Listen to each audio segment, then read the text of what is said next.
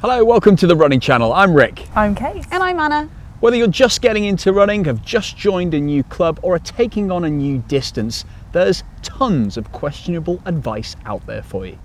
Some of it's dumb and some of it might even lead to you getting injured, so watch out. We've put together the top 10 worst pieces of running advice that we've heard.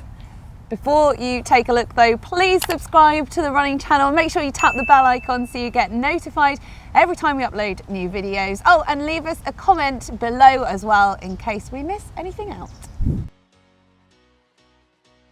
The tortoise and the hare, remember that one? Well, if children can remember these fables that slow and steady wins the race, then we should be able to as well. In fact, going out as hard as you can at the start of a race just so you can bank some time for later on in case you struggle a bit is dumb. In fact, you might end up crashing and burning and not finishing the race at all. Pacing is a key racing strategy, and try and run as evenly as possible. Or do what the elites do and run negative splits, where you run the first half slower than the second half of the race. Makes sense, right? Longer strides over the same distance reduces our overall time. But actually, it's all about the contact point that our foot strikes the ground, which needs to be directly below your hip to reduce the braking force on your body and reduce that risk of injury. Otherwise, overstriding is just harmful, looks a bit weird, and actually, you feel a bit silly. Okay, so you've spent the last 4 months training relentlessly for your marathon. You've planned everything out. Nothing has been left to chance. Every tiny detail has been accounted for. You've tried your shoes, you've tried your kit. It's all, oh look, that's a new gel. Try me, try me, try me.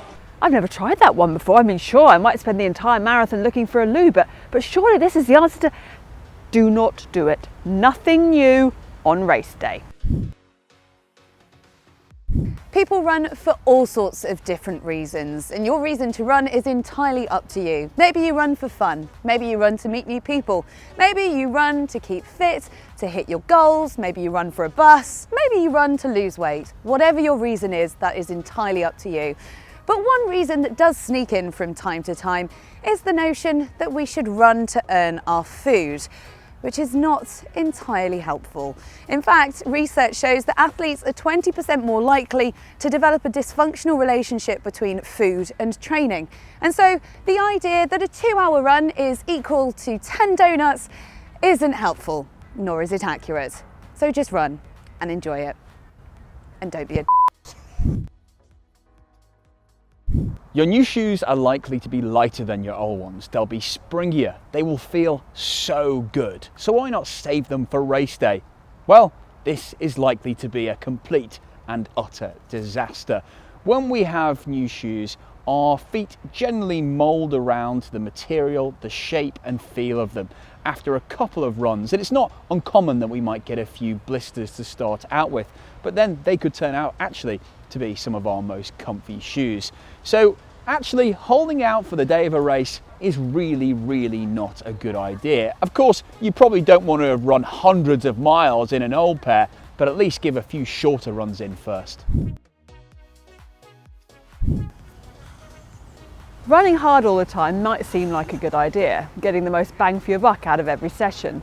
But in reality, it's more likely to end up in you being injured, and it's really not a good idea. Besides, you might end up getting quite good at running fast over a short period, but that's not going to help you if you want to run longer, where you need to add in easier, longer efforts. Experienced runners will have a whole variety of different paces that they use, and they know when to listen to their body, and when they need to take it easy, they really do. This is advice that you will probably receive from so-called fitness experts, and to be quite frank, it's bullshit. In fact, a multi-year study of over 75,000 runners found that running is not bad for your knees. It won't cause osteoarthritis, which is what many people say it will do. In fact, you can tell your cyclists and your gym-going mates that running isn't bad for your knees, because in the study, it was found that runners actually have better knees than their non-active counterparts. So the next time you get told, oh, don't do running, it's bad for your knees, you can show them the Running Channel video all about why running is not bad for your knees. You do. Amazingly, this is advice that gets passed on to people and it's dangerous. If you're dehydrated, you might notice that you stop sweating as a sign that something's wrong. Continue at that intensity and it's likely that you could collapse with a combination of exhaustion, dehydration and overheating.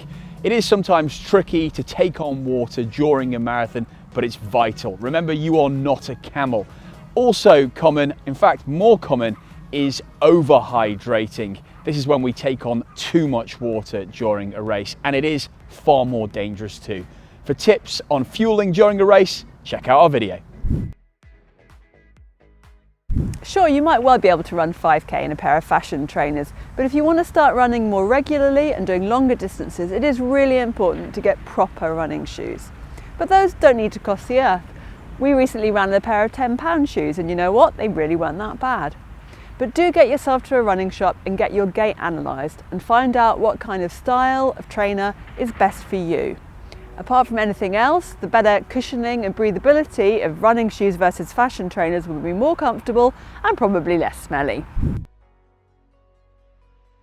Well, this is silly. What is a runner supposed to look like? We think one surefire way of looking like a runner is to go running, and it doesn't matter what your pace is or how far you go.